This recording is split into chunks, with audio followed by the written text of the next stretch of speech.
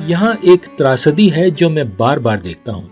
लोग कहते हैं कि वे ईश्वर में विश्वास करते हैं, यहाँ तक कि वे ये भी मानते हैं कि यीशु वही है जो उन्होंने कहा था, कि उन्होंने उनके लिए अपनी जान दी और फिर से जी उठे, जैसा कि हमने कुछ दिन पहले ही मनाया था।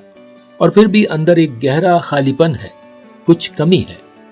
नमस्कार, मैं हूं क्रिस्टोफर सिंह और आज के ताजा कार्यक्रम में एक बार फिर आपका स्वागत है।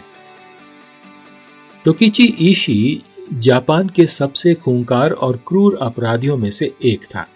उसे चोरी, मारपीट और अंततः हत्या के आरोप में 20 से ज्यादा बार गिरफ्तार किया गया था। जब उसे मौत की सजा सुनाई गई, तब तक इशी इतना कठोर हो चुका था कि वो पहरेदारों पर थूकता था और पास आने वाले सभी लोगों को कोसता था।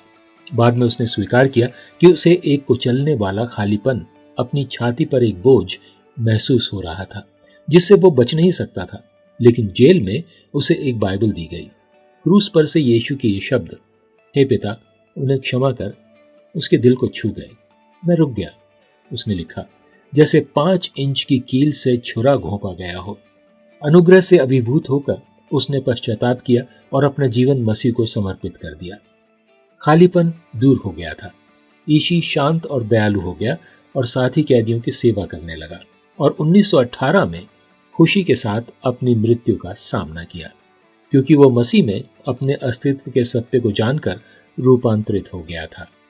बाइबल में लिखा है, 2 कुरिन्थियों उसका 5वां अध्याय 15 और 17 वचन में, और वो इस निमित्त सबके लिए मरा कि जो जीवित हैं वे आगे को अपने लिए ना जिए, परंतु उसके लिए जो उनके लिए मरा और फिर जी उठा।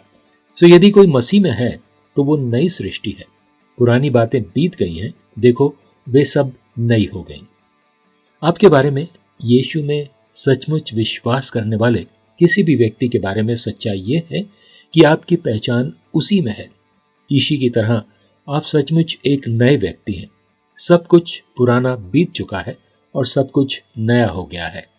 आप वही बन गए हैं। उस सत्य को पकड़िए और वो कष्टदायक खालीपन दूर हो जाता है। अचानक सब कुछ नया हो जाता है। ये परमेश्वर का ताजा वचन है आज आपके लिए।